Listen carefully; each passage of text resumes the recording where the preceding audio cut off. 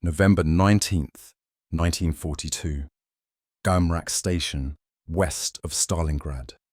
Snow whipped across the steppe like white smoke from the mouth of a dying beast. The temperature had dropped below -20. Steel groaned. The final supply train of the German Sixth Army stood shuddering on the rails, its cars filled with crates of bread, ammunition, and morphine. Steam hissed from the locomotive as men in tattered field grey uniforms loaded the last barrels of fuel under the yellow light of oil lamps.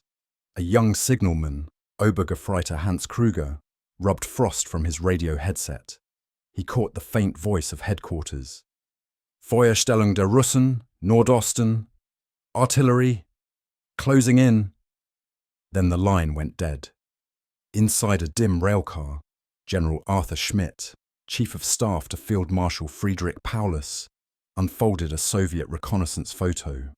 Black lines like claws closed around the German perimeter. "The 4th Panzer Army is not coming," he muttered. "We're surrounded." Outside, the thunder began.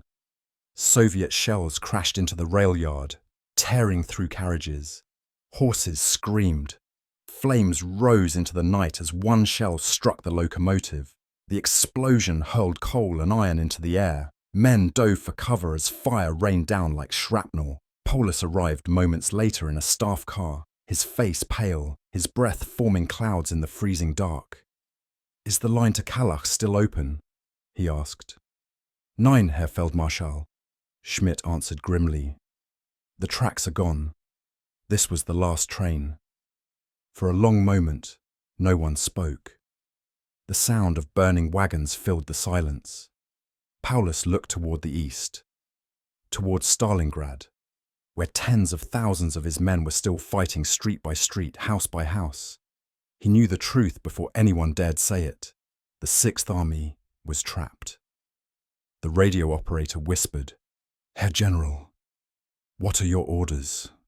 Paulus did not answer, his eyes fixed on the rising smoke, the funeral pyre of an army that had once marched unbeaten across Europe. November 23rd, 1942, the steppe outside Kallach-on-Don. At dawn, the frozen plains shimmered like glass beneath the sun. From the south and north, 2 Soviet armoured pincers, the 5th Tank Army under General Romanenko and the 51st Army under General Trufanov, drove relentlessly toward each other.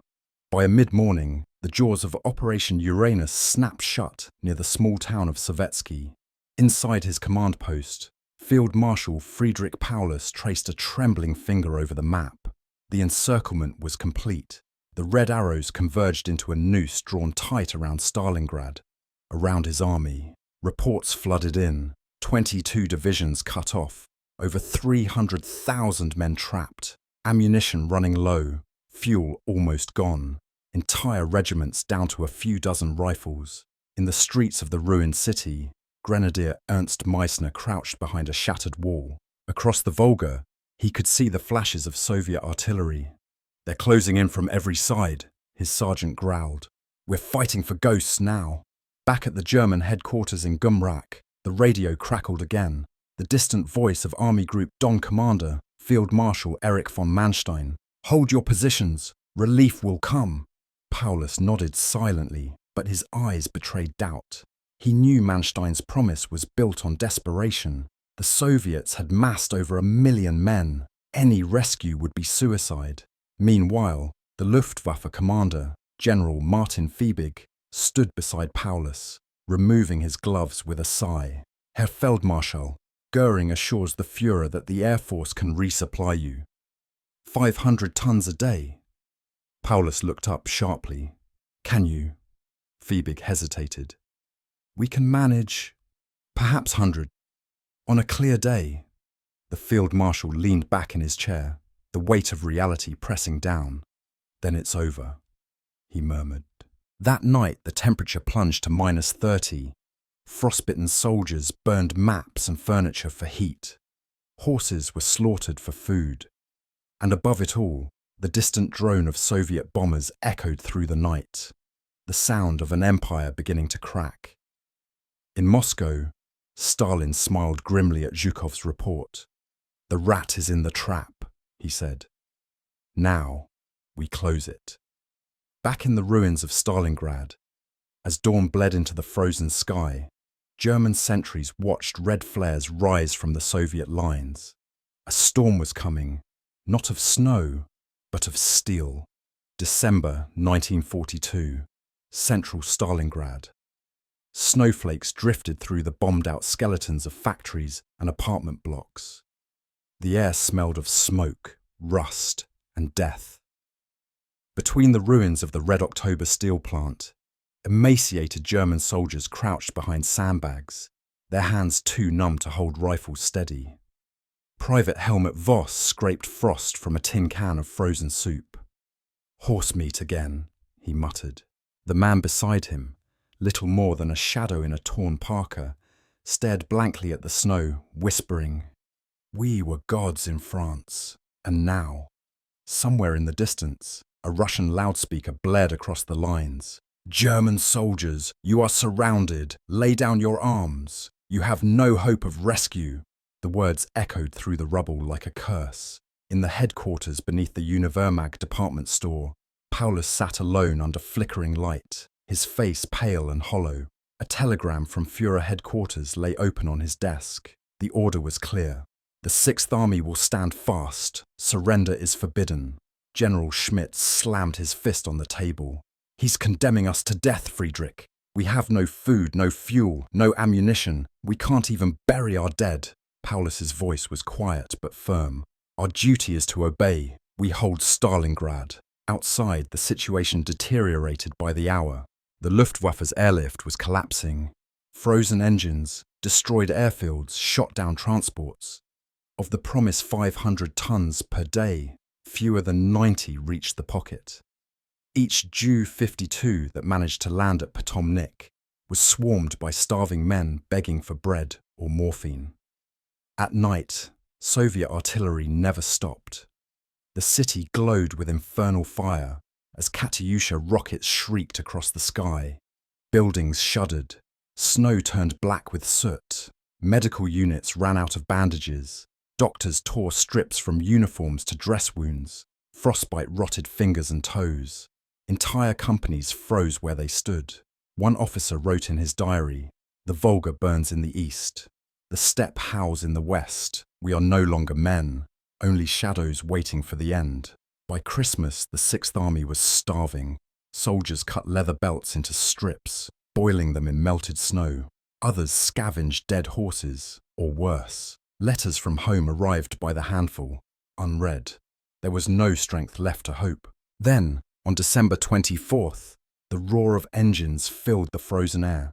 Men rushed outside, believing Manstein's relief force had come, but it was Soviet armor. The illusion shattered in an instant. The tanks rolled closer, their guns blazing, crushing the last pockets of resistance south of the city. Paulus stood at the window of his command bunker, watching the snow fall over a sea of ruins. "We are finished," he whispered, "and Berlin still asks for victory." January 1943, Gumrak Airfield, west of Stalingrad. A grey dawn bled through the smoke as Field Marshal Friedrich Paulus stepped out of his staff car. Before him lay Gumrak Airfield, or what was left of it, twisted metal, burned-out trucks, the frozen corpses of Luftwaffe ground crew half buried in snow. The once vital lifeline of the Sixth Army was now a graveyard of shattered aircraft. Nearby, a single Ju-52 sat crippled on the runway, one wing torn open by shrapnel. Its pilot, Hauptmann Kurt Müller, knelt beside the fuselage, his gloved hands trembling. "We can't take off, sir," he told the arriving officer. "The Soviets have the field in range. They'll shell us the moment we move." As if on cue, the horizon flashed red. Soviet artillery thundered again, striking the far end of the airfield. Fireballs erupted across the tarmac. Men scattered, dragging crates of ammunition toward half-dug trenches. Inside the command tent, General Arthur Schmidt handed Paulus the latest situation report. "No more flights from Morozovsk or Tatsinskaya," Schmidt said. "They've been overrun. The airlift is dead." Paulus didn't look up. his eyes fixed on a map spread across the table. A map covered with red arrows converging on a single word: Stalingrad. Outside, an orderly burst in shouting, "Herr Feldmarschall, the train from Kalach!" Paulus interrupted softly, "There are no trains." The man hesitated, confused. Then he fell silent. For a long moment, the only sound was the muffled rumble of distant explosions. Then Schmidt spoke again, voice hoarse. "Without supplies, without food, how long can we hold out?" Paulus's hand trembled slightly as he removed his spectacles. "Perhaps a week," he said. "Perhaps less." It was then that the last telegraph arrived from Berlin. The Führer's message was brief. "The Sixth Army will fight to the last man and the last bullet. Stalingrad must not be surrendered." Schmidt read it aloud, his face pale with disbelief. "To the last man," he repeated. Paulus stared at the floor. "That man will be me." Outside, the sky darkened as Soviet shells fell closer.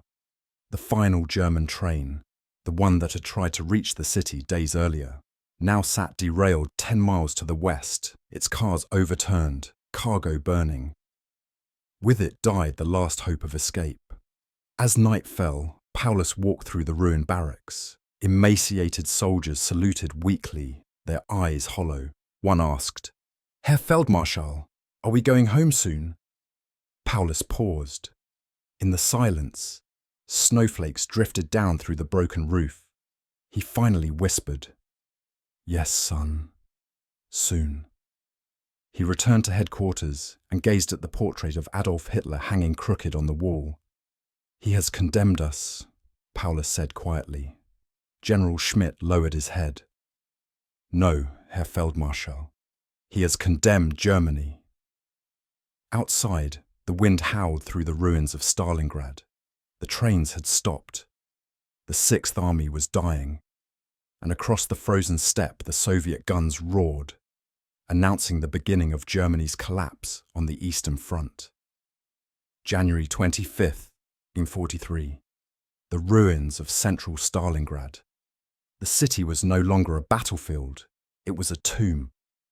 The snow-covered rubble of factories, schools, and apartment blocks buried the remains of entire divisions.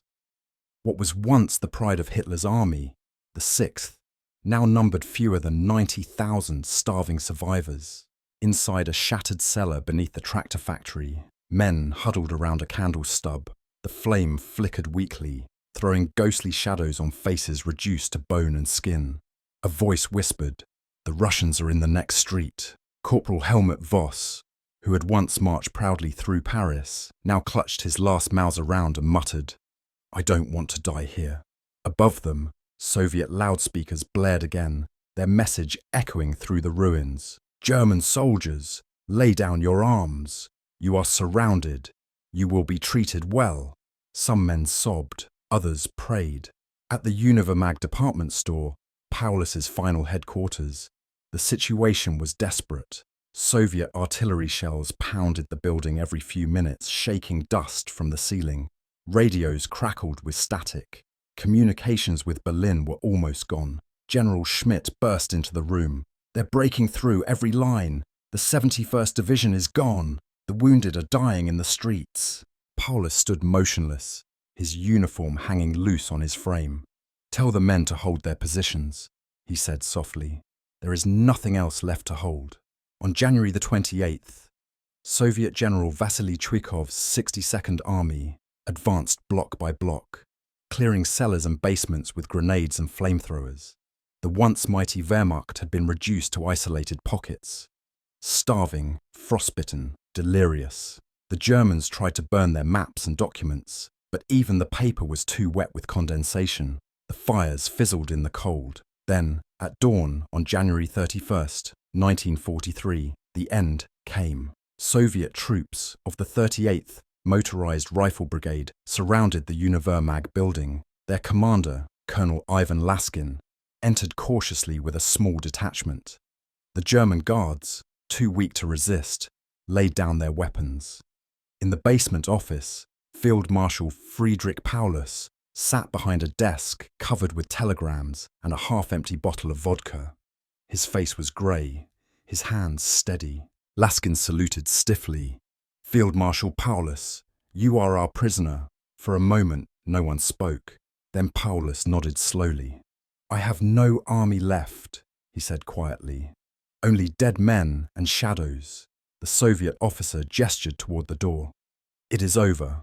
As Paulus was escorted outside, he glanced up at the ruin of Stalingrad. Smoke rose from the snow like ghosts. His boots crunched over the frozen ground, the same ground his soldiers had fought and died for. By February the 2nd, the last pockets of resistance surrendered. 91,000 survivors staggered into Soviet captivity, including 24 generals. Only about 5,000 would ever return to Germany. The news reached Berlin like a thunderclap. For the first time, Hitler's voice trembled in public. Goebbels called it a heroic sacrifice. The German people called it what it was, a disaster. On the steppe outside the city, a lone Soviet soldier planted a red flag in the snow and whispered, "For Mother Russia." As the trains to Stalingrad had stopped, the empire that once dreamed of conquering the East had begun to crumble, one frozen, starving soldier at a time.